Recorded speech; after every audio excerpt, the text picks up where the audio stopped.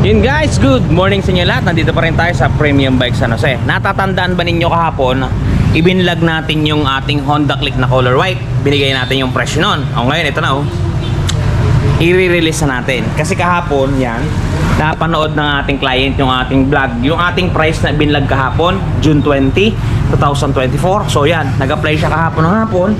At ngayon, i-release na natin. Ngayon, i-video natin yan para madama ninyo kung paano ba i-release dito sa Premium Bikes at kung gaano ba kabilis. Okay guys, bago natin banatan, bago natin tirahin, syempre, intro muna tayo.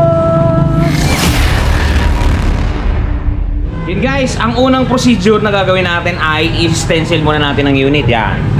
Brother Mark, ang masasabi mo? Yun guys, talagang napakadali lang ng stencil. Yan. Ano?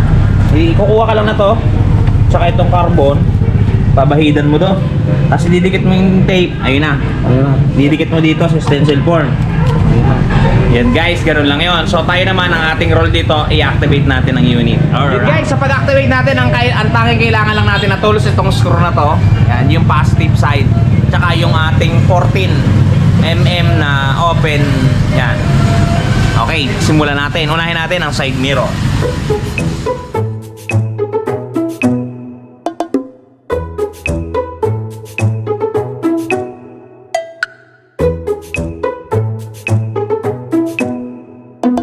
Guys, i-activate naman natin yung baterya ng unit.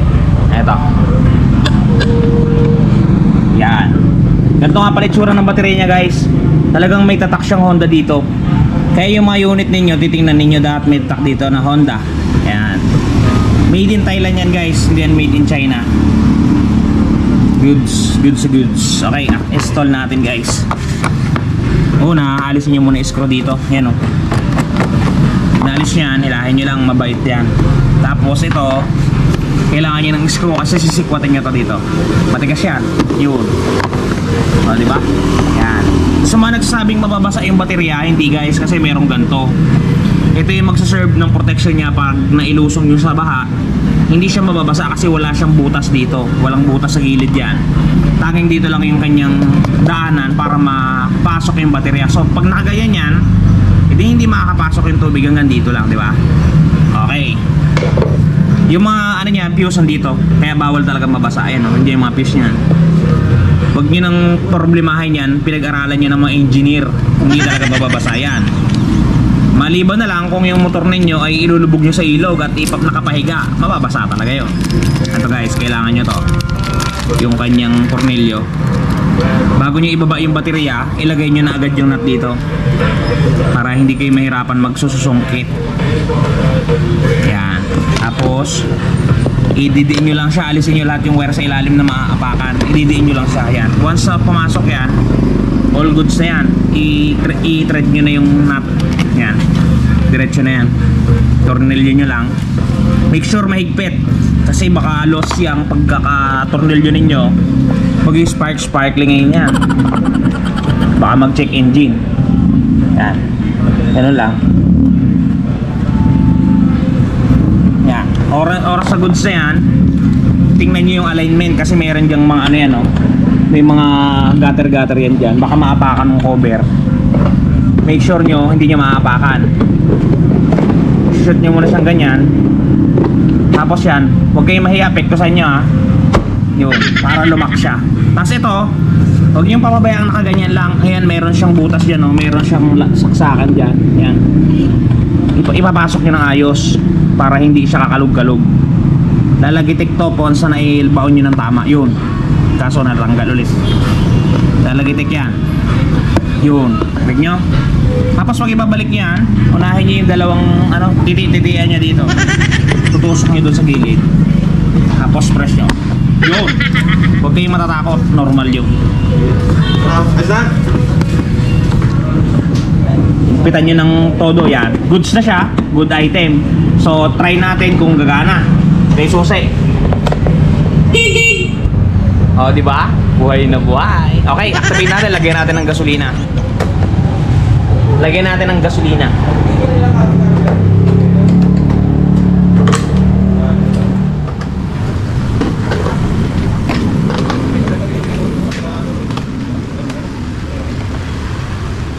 Okay.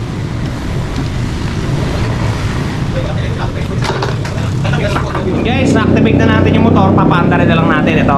Yan, mapapansin niyo yung kanyang tachometer. Goods na goods na. Yung kanyang total odo ay 0.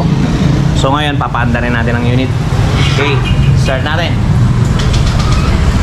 Good guys, maandar na siya.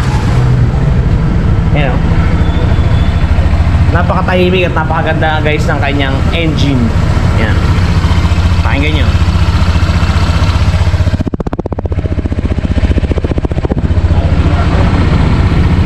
O diba? So kayo, kuha na rin. 5% DP lang to guys. Good sa goods. Yun guys, ngayon isi-set natin yung oras niya. Dito, mapapansin nyo may orasan dito sa taas yan. Yan. 1:09. Pero ang oras kasi ngayon, hindi siya naka-time. Ang oras ngayon ay 8:35 yan. 8:35. So, pag isi-set nyo yan, mapapansin niyo may dalawang pindutan dito yan. Pipindutin nyo ng sabay mga 4 seconds. 1, 2, 3, 4. Magbi-blink siya. Para mag-blink, ma-set nyo yan, ito munang pipindutin niyo yung set. Para ang gagalaw yung unang digit. Yan, kung mapapansin nyo, gagalaw yan. Yan. So, ito naman yung panlipat yun sa kabila. Gagawin natin 8, 6, gagawin nating 8. Pindot-pindutin nyo lang hanggang makareach yung 8. Yan, 8 na. Para lumipat naman doon sa 10, i-click nyo naman ulit doon. Siya ang mag-blink. Ngayon, ilalagay natin sa 30, 36. So, pindot-pindutin nyo lang na ganyan hanggang ma-reach nyo yung 36. Pero gagawin na natin 37 para saktuhan. Pag okay na kayo, click nyo lang ulit dito. Yan. Tapos, i-turn off nyo yung susi. Sabay buhayin nyo ulit. Yun guys, nakaset na siya 8:37. Yan ay hindi na maaalis hanggat hindi ninyo inaalis yung kanyang baterya. Yun guys, marami kasing bashers dyan na nagsasabi na sa premium bikes daw matagal yung result. So ito, papatunayan natin kung matagal nga ba. Ito, andito yung client ng ating Honda Click, Sir. Sir, masasabi nyo sa proseso natin, sir? Ayos naman po yung proseso dito, mabilis po. Halos kahapon lang po ako nag-apply, tapos ngayon approve na agad. Makakalabas po agad ng O yun, di ba guys? At i-assist natin dito ang customer para mabilis silang maaprubahan. Yan, boss, baka may masasabi ka. Shoutout sa mga tropa dyan. Boss, ay guys, shoutout sa inyo. Kuha na kayo dito. Yun guys, medyo mahihain yung ating client. Yan, nagpapatunay si client na mabilis lang yung proseso natin. Guys, okay. Bago tayo magkalimutan, ang presyo nga pala ng ating Honda Click is suggested retail price niya is 81,400 pesos. Cash man o hulugan, open yan. Pag ginusto ninyong hulugan, ang down payment niyan ay 5% lang. Ang 5% niyan ay 4,070. Yan yung inyong i-cash out pagka kukunin niyo siyang hulugan. Ang magiging monthly ninyo sa looban ng isang taon ay 8,718. Sa dalawang taon, 5,192 at sa tatlong taon 4,036. Kung nabibigatan kayo sa 4,036, i-divide niyo sa 30 days. Ang lalabas diyan ay 134. Bakit i-divide sa 30 days? Para araw-araw niyo siyang itago para makahulog. Guys, sa lakad sir, medyo maambon dito sa area natin ngayon. Mapansin niyo. Umuulan guys, oh, basa oh. Yan. Sir, salamat sir. Ingat po, ingat.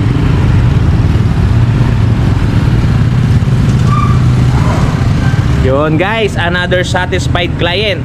Doon sa mga gumugusto ng motor, pumunta na kayo sa pinakamalapit na premium bikes at talaga namang napakadaling maglabas ng motor dito. O nga pala, doon sa mga kaibigan natin dyan na namumroblema doon sa mga gasgas o dents ng kanilang unit. Yan guys, meron na akong product na na-try, napaka-effective. I-try nyo din ito guys, pa-flash ko sa inyong screen. Yan guys, for today's video, ipapakita ko sa inyo yung actual na paglalapat ko na itong nabili natin sa wash body na touch paint. Yan, kung mapapansin ninyo. Yan. Dito sa ating P6, kasi P6 natin yan, kung mapapansin ninyo, napapansin ba ninyo? Meron siyang gas-gas guys, ayun no, malapitan. Yan, meron siyang gas-gas, di ba? Yan, itatry natin na ilapat yung touch paint na nabili natin. Ito nga pala ay pwede nyong gawin na para siyang ballpen. Ito kung mapapansin ninyo, na para siyang ballpen. Pwede rin kung nahihirapan kayo sa pag-apply na parang ballpen, pwede rin yung i-apply na parang yung nail polish o yung tawag dito, yung sa kuko, yung parang ipipintura ninyo, pwede rin yan, no? Dalawa siya. Kayo ang mamimili kung saan kayo mas madali, doon sa pagsulat o doon sa parang cutics. Okay, ngayon i-apply natin dito. Ayan, mapapansin ninyo, malaki guys yung ating gasgas. Papakita ko sa inyo mamaya pag na-applyan yan kung talagang maganda ba itong touch paint ni Sir Wash Body. Okay guys, dito sa pag-apply, gawa ng first time ko, nung unang ina-apply ko siya, parang medyo kinakabakabahan pa ako. Pero makikita nyo naman, talagang kamukhang-kamukha niya yung pintura ng motor. Kaya talagang halos hindi mo siya mapansin. Halos talagang nag-hide sa paningin mo yung gas-gas. Kaya masasabi ko sa inyo guys, best buy talaga itong touch paint ng wash body. Kaya kung ako sa inyo, bili na kayo sa link na nasa description natin sa baba. Very effective guys.